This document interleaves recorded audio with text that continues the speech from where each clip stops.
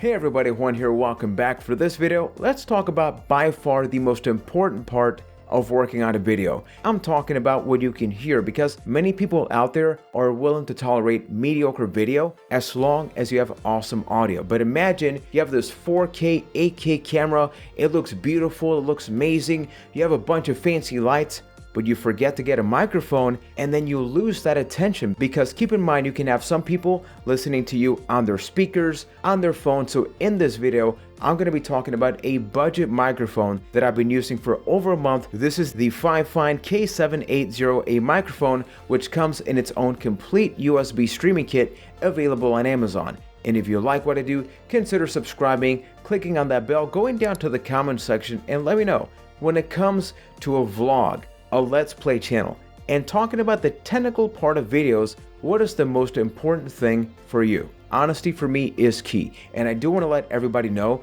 that FiFine did reach out to me so I could review this product, but nobody's actually reviewing this video or its contents. 100% of the opinions are my own. In this video, you are going to see multiple tests being performed with the microphone. As a matter of fact, everything that you're listening to right now is being recorded using this microphone. So even right now, you can just say, hey, I like the audio, I don't like it, because this is it. So what do we get with the FiFine USB Streaming Kit? You get a desktop boom arm alongside the C-clamp for the boom arm, a shock mount to place the microphone, a pop filter, a windscreen cap, a 2.5 USB cable, and in this kit, the K780A condenser microphone. I wanted to quickly show you how I set this up using my thick IKEA desk. And I call it thick because it's thick, but also because I bought other C-clamps in the past and I could not wedge them in there, but this one worked perfectly. So the first thing you have to do is set that C-clamp and lock it in place. Afterwards, you place the boom arm, you screw in the microphone holder, you place the microphone, and from here, you have two different options. The first one being the pop filter, which is what I'm using right now.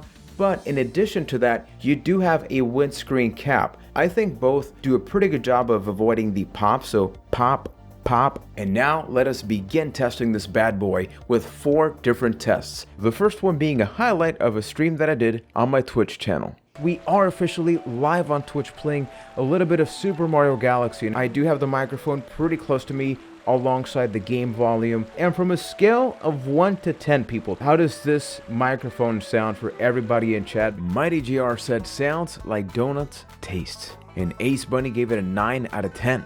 Kevin writes, 8 for clarity. I'm streaming using OBS Studio, which has an audio compressor. What that does is that it tries to level out your volume, which for a condenser microphone, that is really good, because that way, as I continue to move around, it makes sure that my audio volume is at a reasonable volume. For the second test, you're going to be listening to me the same way you are right now, except I'm going to be removing all of the post-production stuff that I usually do.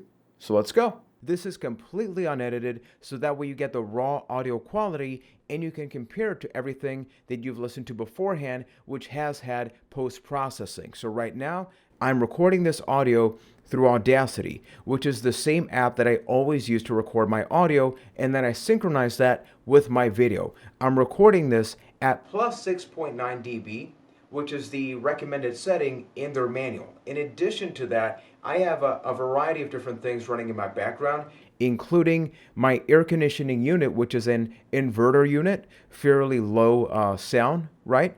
That's to my left. And then behind me, I have an air purifier. So I am not shutting those off right now. You can see that I have the microphone pretty close to me, and with no editing whatsoever, I do think this microphone sounds very good. Now, that being said, do remember this is a condenser microphone. So what that means is that it does capture your voice in a more natural format. As a matter of fact, I think it even sounds more genuine than the traditional microphone that I use for videos, but it does capture a lot more of your background. So if somebody's walking around you, you do have to be careful. For this third test, things are about to get pretty personal, because a couple of weeks ago, I went to the YouTube community tab and I asked all of you to share your controversial video game opinions, and let's just say you were pretty honest there. So that's going to be a video in its own, but for now, I pulled out one of your comments and I'm going to read it from pretty far so you get a better sense of this microphone from a distance. Well, here we go, because this one comes to us from Midnight Outlaw, who says, Mass Effect 2 is wildly overrated. It is nothing more than a Gears clone that Mass Effect 3 had to fix. Good story though. What? Hell no. Test number 4. Before we get that, I do want to remind everybody that this is a condenser microphone. As opposed to other ones that are completely directional, this one has a U-shaped pattern, let's say. So this way, when you listen to me, you'll notice that I can move a little bit and there's some flexibility where you can still listen to me. That does mean, as I mentioned before, that you can listen to some background noises, etc. So you do want to be very careful, but with microphones like this one, which is the Audio-Technica microphone that I usually use, it's very beneficial if you want to block out sound, but you have to be right there up front. So this one does have that benefit of added flexibility. And with that being said, test number 4. I think it is time we write an angry letter to one Midnight Outlaw, and we let him know exactly how I feel about his damn dumb comment about Mass Effect 2, and I guess so you can also listen to a keyboard and how it sounds, as I'm also talking at the same time. So with that being said, dear Mr. Midnight Outlaw, if that is your real name. This is Juan, player Juan. I do not like you. Your opinion is wrong. Mass Effect 2 is an incredible video game because it has graphics, gameplay, sound, story, and I do not like you. I, Juan, just in case, hope you, 1, unsub from my channel right now, and 2, stop playing games forever. P.S. Please resub. I need dem views. Love, Juan. So after having used the microphone for well over a month for vlog videos, for streaming, for voiceover, do I recommend this FiFine USB Streaming Kit? Honestly, yes. When I first got this microphone, as somebody that is very jealous about making a switch in sound, I thought that I was going to be using this for a couple of times, and I was going to say, hey, this is good, this is nice, but it's not for me. I often switch between the two microphones depending on the type of video that I work on, and given the price point for which you can see right there on screen, I think this is a steal of a deal.